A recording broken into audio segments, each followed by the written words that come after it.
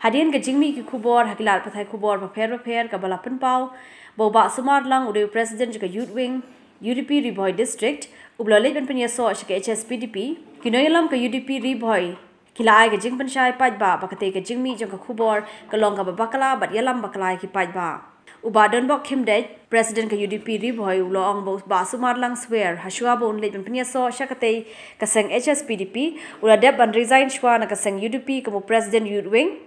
bar kaseng UDP kalayo ban priyan ka shithi eno kam jong o nado ka khanyo trik urum phang jo kasnam arja arpoar ka bamut bo ba sumar umdei shu khot jong ka UDP nado te ubanai ulong ro bakani ka jing ai jing panchai halor ka ni ka phang ka long bakan melam baklai ki wei pat ling ba ka te ka khubor dengan kuat panchai na kalian juga parti ba ba sumar swear umdei shu khot jong UDP ulade resign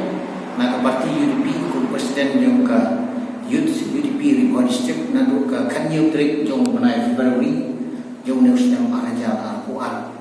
bad hadin nang ulalek penyesok ni hakikor kubor sosial media hanentai bad ka UCPF bad hadin nang ngim tipsyo aidan dan rei nagaliang jong ka parti UDP jong ka Riboy district misnyo ba ban bersyai lor ni bentang bakan melam bakalan kayak bubur malam bana kalian jom ubah semua swell undai syu